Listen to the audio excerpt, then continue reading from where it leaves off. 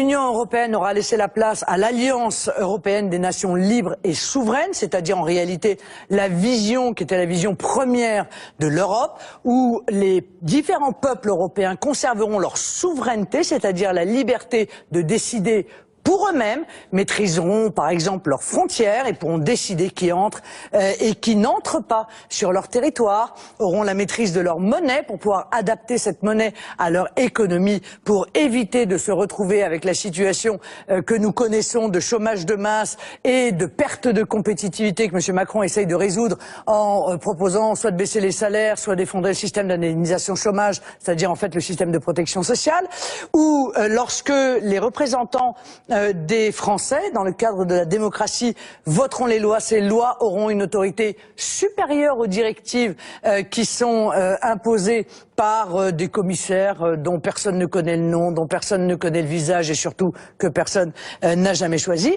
Et puis surtout, nous retrouverons la souveraineté économique, c'est-à-dire la liberté de faire du patriotisme économique, de donner un avantage à nos entreprises françaises dans les marchés publics, de faire du protectionnisme intelligent, c'est-à-dire de mettre en place les écluses qui servent, dont personne ne connaît le nom, dont personne ne connaît le visage et surtout que personne n'a jamais choisi. Et puis surtout, nous retrouverons la souveraineté économique, c'est-à-dire la liberté de faire du patriotisme économique, de donner un avantage à nos entreprises françaises dans les marchés publics, de faire du protectionnisme intelligent, c'est-à-dire de mettre en place les écluses qui sont nécessaires pour que des productions ne viennent pas nous concurrencer en faisant du dumping sanitaire, du dumping social, du dumping environnemental.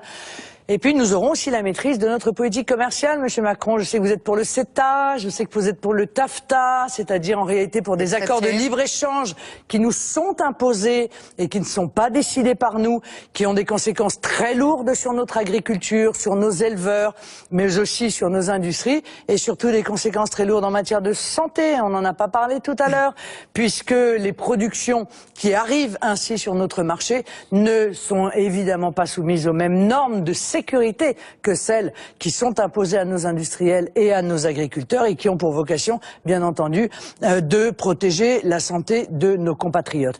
Donc, je souhaite entrer en négociation pour faire naître cette alliance européenne, organiser une conférence des chefs d'État et de gouvernement, un petit peu sur le modèle de la conférence de Messine, faire parallèlement un référendum constitutionnel que je soumettrai aux Français. On a une idée de quand le référendum constitutionnel, ce sera en septembre.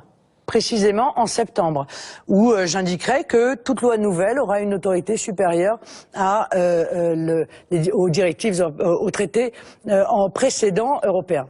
Et puis parallèlement à cette négociation, je mettrai en place toutes les mesures que je peux mettre en place tout de suite sur le plan économique, la baisse des charges, la baisse des impôts, la défiscalisation des heures supplémentaires, l'augmentation et la valorisation des petites retraites, etc. Car tout ne dépend pas, en l'occurrence, de l'Union européenne, mais des choses essentielles nous bloquent pour pouvoir relancer notre économie.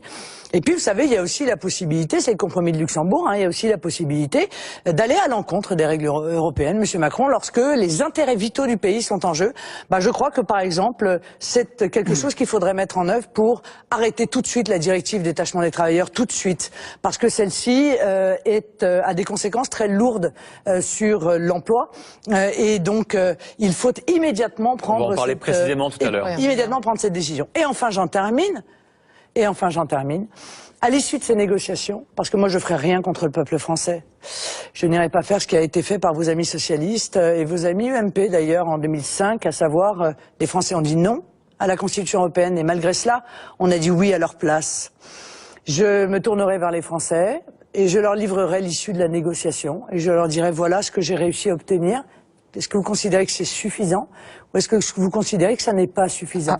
Et sur ce choix aussi engageant pour l'avenir de la France et l'avenir de l'Europe, parce que moi je suis une Européenne, je veux sauver l'Europe et surtout arracher l'Europe des mains de l'Union Européenne qui est en train de la tuer, je leur demanderai leur avis. Et ça c'est dans combien de temps cet autre référendum? Vous vous donnez combien de temps? J'ai dit 6 mois, c'est un délai indicatif. D'autres ont dit 18 mois. C'est un délai indicatif. Mais moi je veux pas créer le chaos, je veux pas précipiter. Si c'est 10 mois, ce sera 10 mois. L'important, c'est encore une fois d'obtenir cette négociation. Pourquoi, pardon? Et juste, j'en termine, j'en ai pour quelques secondes. Monsieur Macron, vous avez donné une interview. Il y a quelque temps à Reuters, je crois, 2 mars, où vous avez dit l'euro va mourir dans les 10 ans. En gros, c'est ça. L'euro va mourir dans les 10 ans. Je sais pas, oui. Non, mais en gros. Non, oui. mais parce que vous dites toujours en gros quand vous me citez. C'est jamais précis. Allez-y, poursuivez, Madame Le Pen. Vous dites, si on ne fait pas une Europe fédérale, totalement, c'est-à-dire avec un gouvernement de la zone européenne, c'est-à-dire avec la perte de notre souveraineté totale, avec l'intégralité des clés de la France, alors là, pour le coup, données dans tous les domaines de l'Union européenne, le budget, l'impôt européen, etc., alors l'euro ne pourra pas survivre. Alors c'est votre solution, ça n'est pas la mienne. Je crois que ça n'est pas celle des Français que de vouloir ce bond en avant fédéraliste qui est presque une forme d'extrémisme européiste. Oui. Parce que écoutez, dans tous les candidats du premier tour, excusez-moi, mais vous étiez celui qui exprimait la position la plus radicale, la plus extrémiste de soumission au fédéralisme européen.